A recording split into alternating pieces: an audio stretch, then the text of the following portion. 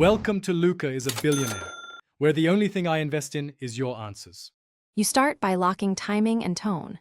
Plug your guitar into the interface or set the microphone 6 to 12 inches from the 12th fret.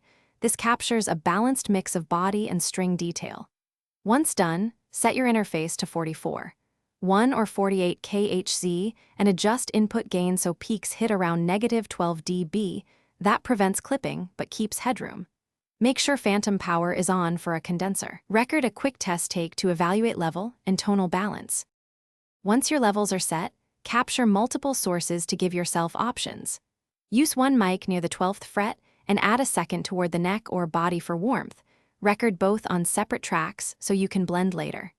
Make sure the room's first reflections are absorbed. A blanket or foam panels works, because room tone alters clarity. Monitor with closed-back headphones to avoid bleed, and if latency distracts you, enable low-latency direct monitoring.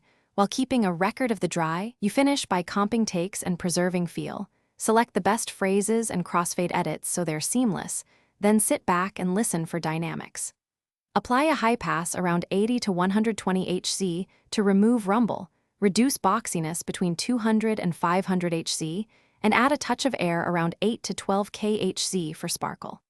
If things sound thin or canceling, check phase alignment between mics and shift 1 by 2 to 3 inches. That usually restores presence. Export at original sample rate and back up your session. Thanks for watching and please subscribe. It's the best investment you'll ever make.